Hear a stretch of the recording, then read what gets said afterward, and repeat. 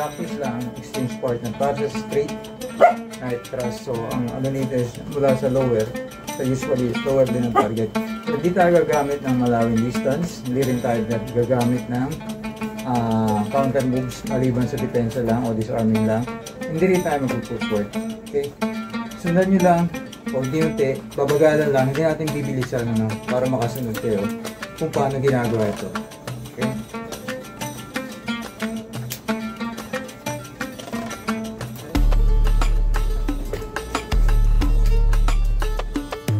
Okay.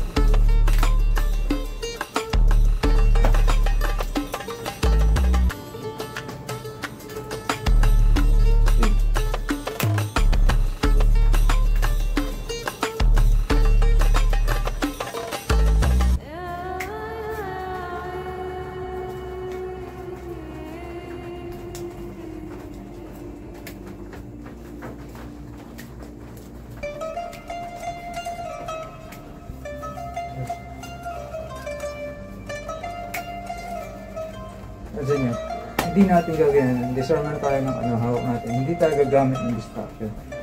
And kung mapapansin nyo, ang layo namin napakalapit. So kailangan, ang perfect natin, pansin nyo, halos dikit lang, pwede kami magyakap, diba? So bakit natin ginagawa yung ganito? Explain na ng konti, tinitraining natin unti-unti, katawan natin, yung visualization natin, saka yung projection ng attack versus sa reaction natin.